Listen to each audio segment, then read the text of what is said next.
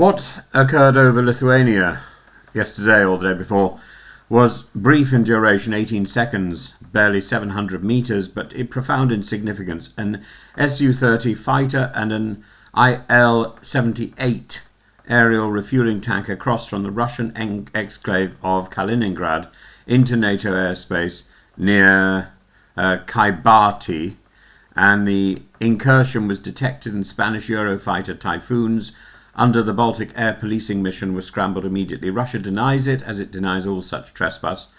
Lithuania's President Gitanas Nausėda described it as a blatant breach of international law and sovereign territory, and he is correct, or territorial sovereignty.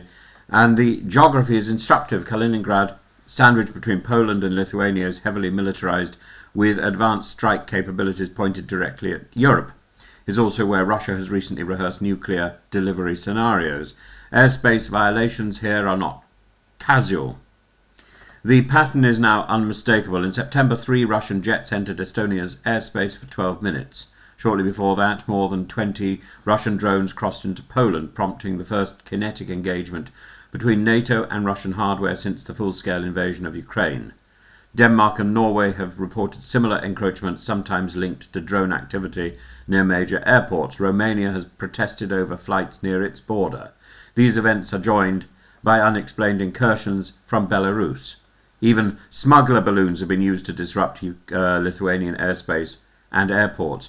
What binds these episodes together is intention. NATO's former Deputy Supreme Allied Commander General Sir Richard Sheriff observes that such actions probe Allied readiness and test our nerve. If Moscow senses hesitation, it will push further. These are the tactics of intimidation and pressure, short of triggering Article 5, but constantly challenging the red line. NATO's response has been firm, but measured. The Eastern Sentry programme has increased patrols and rapid reaction capacity. The message is simple: every inch, in President Nausėda's phrasing, will be defended. Germany's Chancellor Friedrich Merz called the Lithuanian breach a deliberate provocation and linked it explicitly to the need for Europe's Readiness 2030 plan to harden defences by the decade's end. Why is this happening now? Russia is losing strategic ground in Ukraine. It lashes outward, hoping to unsettle the alliance supporting Kyiv. These incursions also serve domestic propaganda, sustaining the fiction that Moscow is encircling and under threat. In truth, Russia is reduced to petty harassment while NATO demonstrates capability and unity. There is no room for complacency. An 18-second violation is by definition avoidable. It's a calibrated signal. It's also dangerous. Military aircraft moving at speed near a sensitive border rely on discipline and clear separation. Miscalculation could transform a test into a tragedy. NATO must maintain vigilance, transparent communication, and deterrence without drift. To borrow from the Lithuanian Prime Minister's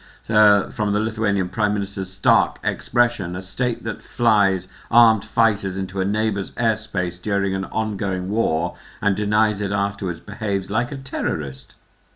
That language reflects a truth. Russia chooses fear and disruption rather than responsibility, and Europe's answer must be steady, lawful strength. Lithuania is safe, but safety is not passive. It is a continuous act of resolve.